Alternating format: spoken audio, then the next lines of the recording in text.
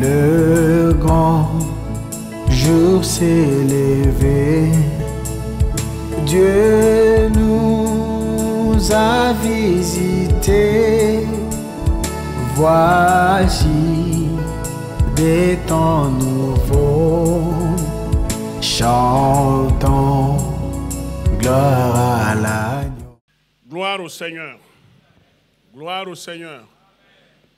Nous rendons grâce à Dieu pour ce jour merveilleux qu'il nous donne à nouveau de pouvoir nous réunir et afin de le célébrer, de l'adorer parce qu'il est le véritable Dieu, celui qui nous a créés pour sa gloire et pour sa volonté. Ce matin, je voudrais que nous lisons encore dans les psaumes. Et le psaume numéro 33, les versets 13 à 15. Le psaume numéro 33,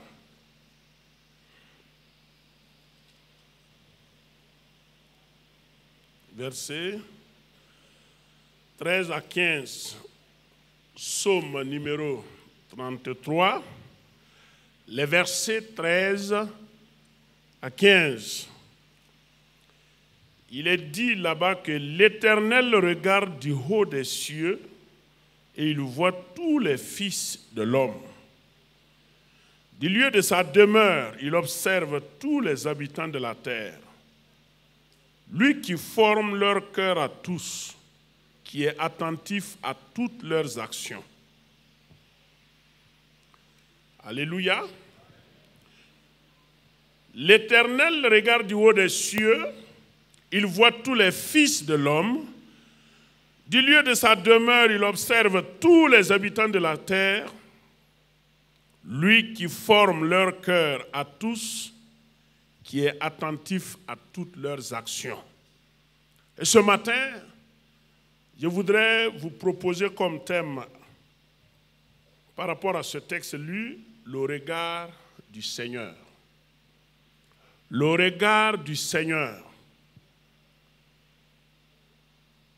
Notre texte nous dit ouvertement que l'Éternel du haut des cieux, de sa demeure sainte, qu'il regarde tous les fils de l'homme, femmes et hommes, qu'il regarde tous les habitants de la terre, tous ceux qui peuplent la terre, il les regarde.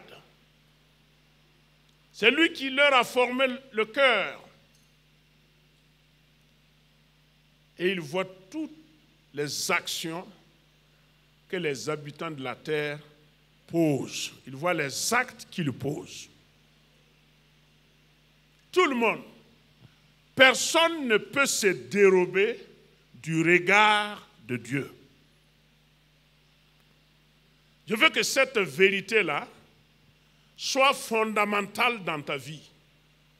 Si tu crois réellement à cette déclaration de la parole de Dieu, cela affectera sûrement, certainement, ta vie, ton comportement, ton langage, tes actions, tes fréquentations. C'est la Bible qui le dit. Nous ignorons l'auteur donc de ce psaume. Il ne nous a pas dit que c'est David. Mais il est clairement dit que l'Éternel du haut de sa demeure, il regarde, il observe les fils de l'homme, tous les habitants de la terre, grands comme petits, vieux comme jeunes, blancs comme africains, qu'il les observe. Les chrétiens, ceux qui professent, qu'ils le connaissent, qui croient en Christ, qu'ils les observent aussi.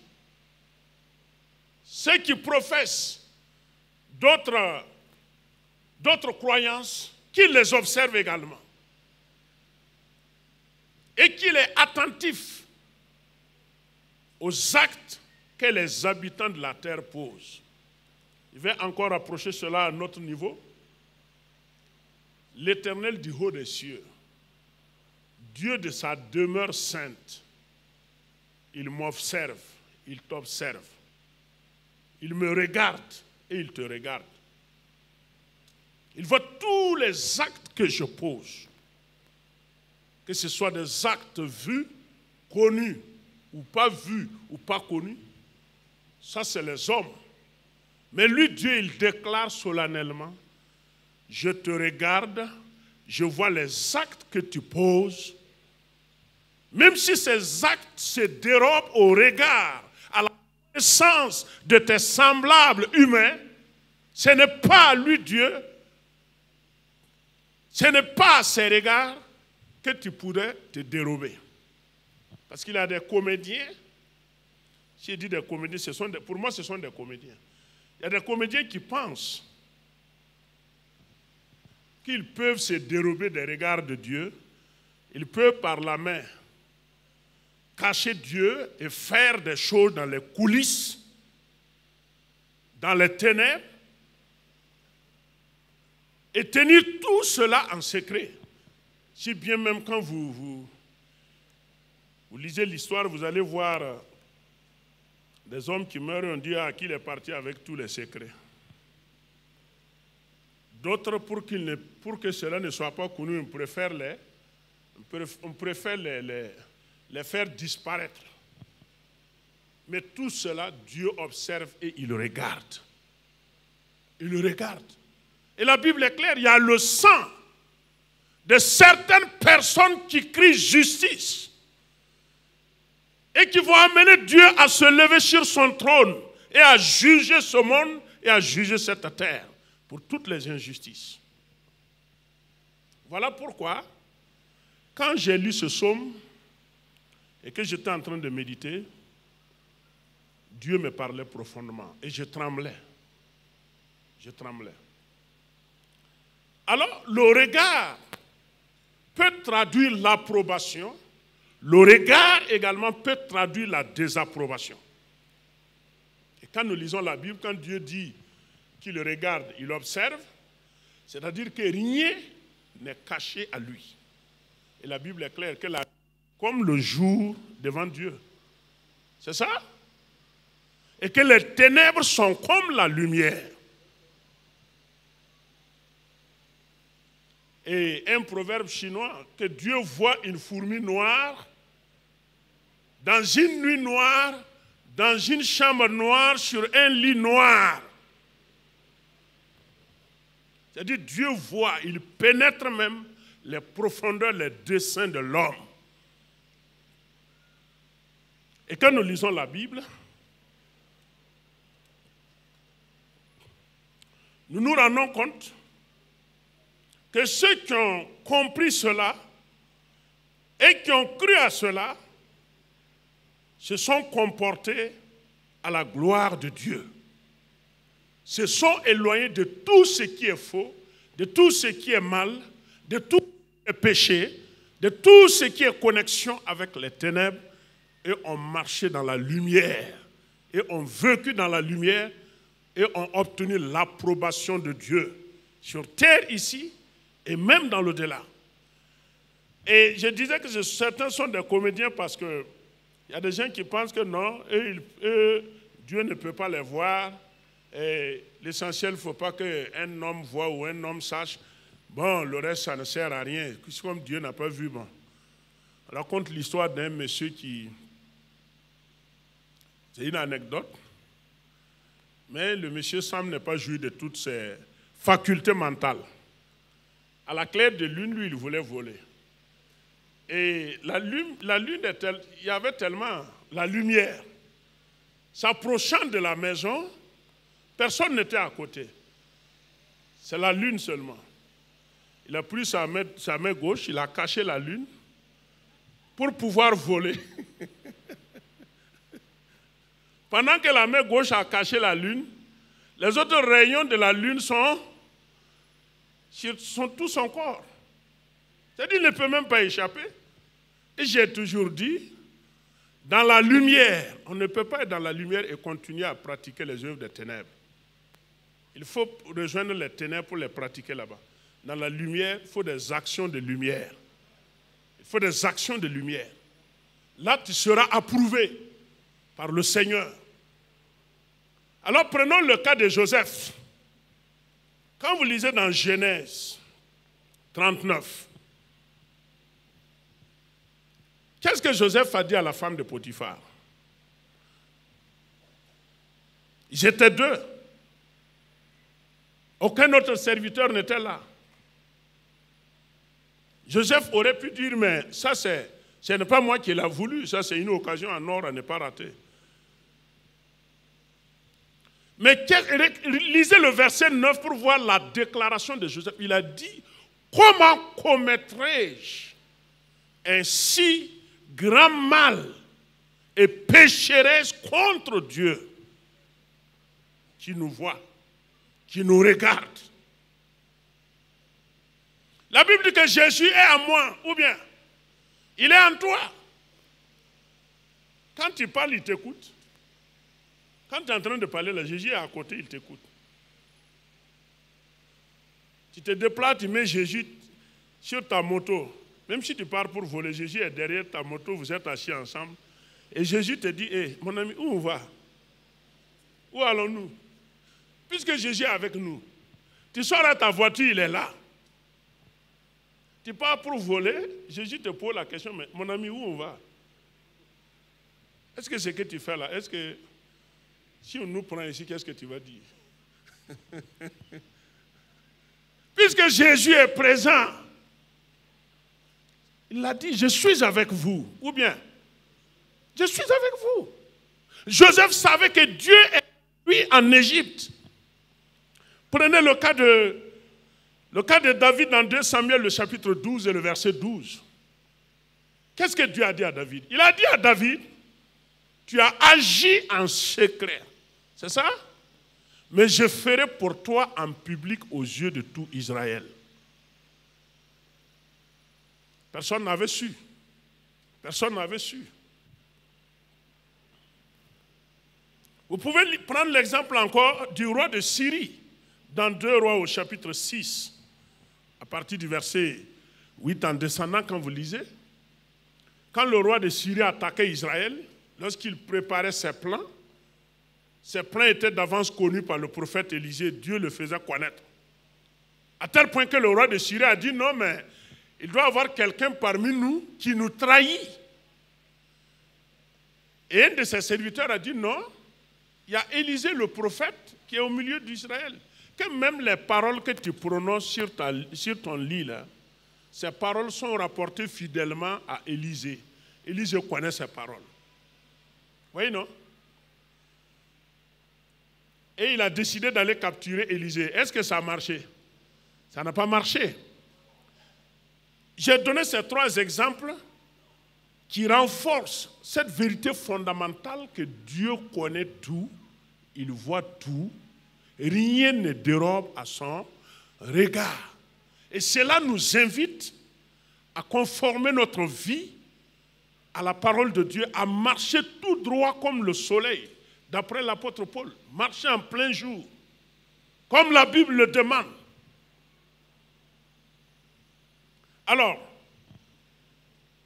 le premier point, commençons d'abord par le regard qui exprime la désapprobation. Le roi Asa de Juda, dans 2 Chroniques, le chapitre 16, les versets 7 à 10. Quand vous lisez ce texte, Dieu a désapprouvé la conduite et l'attitude du roi Asa. Tout simplement, Dieu a révélé sa fidélité à Asa dans bien des combats antérieurs. Et ses ennemis étaient plus forts. Et Asa s'est appuyé sur l'Éternel et Dieu lui a donné la victoire. Et lorsque le tour des Syriens est arrivé, Asa s'est appuyé sur le roi de Syrie contre ses ennemis. Cela a déplu à l'Éternel. Et Dieu a envoyé son serviteur, le prophète Anani, pour lui parler, qu'on appelait à l'époque le voyant. Il lui a parlé. Et au chapitre, le chapitre 16 du 2e livre des Chroniques, à partir du verset 9, il dit que l'Éternel du haut des cieux étend ses regards sur tous les fils des hommes, qu'il connaît leur cœur, et que l'Éternel est prêt à soutenir tous ceux-là qui croient en lui, qui ont confiance en lui de tout leur cœur. Et il a dit à Asa, tu t'es conduit en insensé. Et dès cet instant, Asa, tu auras des guerres. Tes ennemis vont surgir de partout. Parce que tu t'es détourné de moi. Vous voyez, la leçon importante ici est que si nous nous détournons de Dieu, nous ne pourrons pas réussir. Nous allons ouvrir la porte à tous les ennemis de nous bloquer, de s'opposer à nous, alors que nous devons avancer. C'est pourquoi Dieu a dit à Asa, je n'approuve pas ton attitude, un regard de désapprobation. C'est la même chose avec le peuple d'Israël en Égypte, dans Exode, le chapitre 3, le verset 7. Dieu a dit à Moïse, j'ai vu ce que Pharaon est en train de faire à mon peuple. J'ai entendu, Dieu parle comme un homme. J'ai vu, j'ai regardé, j'ai vu. N'oubliez pas qu'il parcourt toute la terre de son regard, il parcourt toute la terre, connaît tous les habitants, les observe. Il dit à Moïse, j'ai vu. Dieu a désapprouvé la conduite de Pharaon, faire du mal à son prochain. Et la Bible nous invite à faire le bien. Il faut être zélé pour le bien. Ne te laisse jamais dominer par le mal. Il faut pratiquer le bien pour vaincre le mal, pour surmonter le mal, nous dit l'apôtre Paul. Et si nous marchons avec Dieu, pour être approuvés par lui, il faut que nous rejetons le mal. Si nous faisons le mal, ou si nous exerçons le mal contre notre prochain, les regards de Dieu sur nous, ce sont des regards de désapprobation. Il n'est pas content. Il n'est pas content. Il n'attend pas cela de nous. C'est ce qu'il a dit à Moïse. Ce que je vois Pharaon en train de faire ne me plaît pas. Pharaon fait du mal à mon peuple. Ce n'est pas ça seulement, il fait du mal à son prochain. L'homme doit être animé du bien pour son prochain. Tu dois te préoccuper du bien-être de ton prochain. Qu'est-ce que tu peux faire pour son bien, pour son épanouissement, pour sa vie, pour son salut? C'est ça qui doit nous habiter. Il y a un autre exemple également avec Saül dans 1 Samuel, le chapitre 15. Dieu a désapprouvé Saül. Avec un regard de désapprobation, il a dit à Samuel, je me répands d'avoir établi Saül comme roi en Israël. C'est comme si Dieu ne connaissait pas la suite de l'histoire. Dieu parle en matière de sympathie, de compassion. Ce que Saül aurait pu être et que Saül n'a pas compris cela. Vous savez, quand Dieu vous montre le chemin et que vous refusez d'y marcher, essayez d'imaginer un peu la déception. Essayez d'imaginer un peu la déception du Seigneur. Parce qu'il parle souvent en utilisant des termes qui nous parlent de sa personnalité, de son incarnation. Homme en tant que Dieu, homme. Et certains, souvent, ils prennent ce texte avec Genèse 6.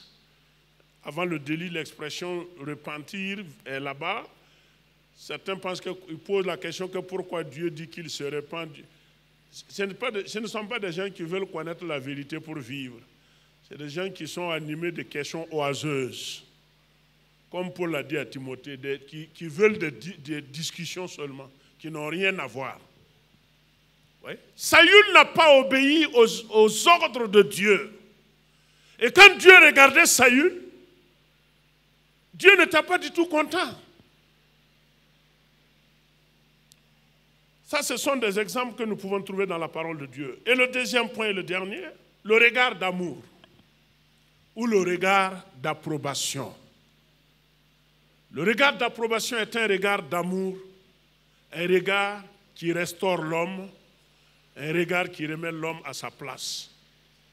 Et quand vous lisez dans l'évangile selon Luc, le chapitre 22, à partir du verset 60 jusqu'au verset 62, vous allez voir, quand Jésus a été arrêté pendant qu'il était dans la cour, Pierre a suivi, et durant ce temps, Pierre a renié 3 fois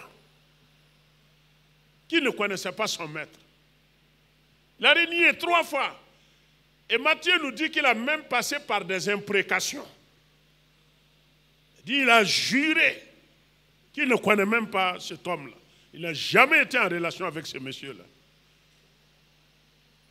Tout simplement parce qu'il voulait sauver son nez, comme on le dit. Il voulait se sauver de cette situation qui allait l'emporter. Mais la Bible nous dit que lorsque Pierre a renié le Seigneur 3 fois, le Seigneur s'est tourné. Le Seigneur s'est tourné vers Pierre pendant qu'il subissait le jugement du péché. Il s'est tourné, il a regardé Pierre. Un regard d'amour. Un regard d'amour pour ramener Pierre à sa position d'antan, disciple de Jésus. Statut qu'il avait perdu en un rien de temps. Face à une épreuve, il avait perdu ce statut-là. Et l'amour du Seigneur a permis de le réhabiliter. Et quand Jésus lui a regardé, ses regards traduisaient l'amour du Seigneur, sa disponibilité à recevoir encore Pierre. Qu'est-ce que Pierre a fait? Pierre a répondu positivement à ce regard du Seigneur. Il a répondu positivement. La Bible dit qu'il est sorti, il a commencé à pleurer. Des pleurs de repentance sincère. Des pleurs de changement sincère. Et ce matin, même si le regard sur toi, si tu vois que ce que tu fais n'est pas approuvé par Dieu, Christ te regarde toujours. Il te regarde, un regard d'amour. Tourne-toi vers lui pour le regarder ce matin. Tu seras restauré à nouveau, mon frère. Tu seras restauré, ma soeur. Il dit par la bouche du prophète Jérémie, ses bontés ne sont pas épuisées. Son amour n'est pas à son terme. Chaque matin, ses bontés se renouvellent. Son amour se renouvelle. Et l'Éternel a de la compassion pour quiconque espère en lui. Et ce matin encore, Dieu te renouvelle ses compassions. Il te renouvelle ses bontés en tournant vers toi un regard d'amour. Réponds comme Pierre.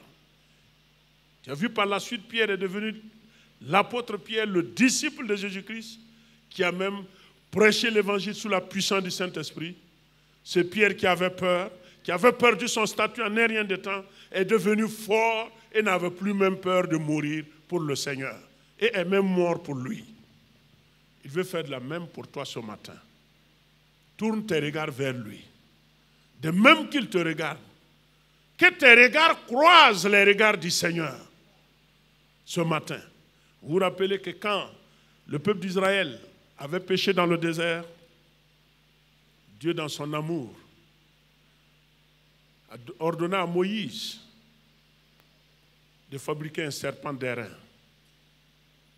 et de le placer sur une perche. Et que tous ceux qui seront mordus par le serpent, par les serpents brûlants, qu'ils tournent ses regards et regardent le serpent d'airain. Et la personne ne mourra pas. Et Jésus nous dit dans Jean au chapitre 3 que de même que Moïse éleva le serpent dans le désert, de même le Fils de l'homme sera élevé, c'est-à-dire le Fils de l'homme sera crucifié, afin que quiconque qui croit en lui, ce n'est plus un regard, qui lui sera sauvé. Parce que dans l'Ancien Testament, la foi s'exprimait par le regard. Tournez-vous vers moi, regardez-moi, le salut qui est en train de venir, ne le voyez-vous pas? Je suis en train de mettre un chemin nouveau. Peuple de Dieu, Que tes regards croisent les regards du Seigneur ce matin, ce qui va t'amener à te repositionner pour marcher avec lui. Amen.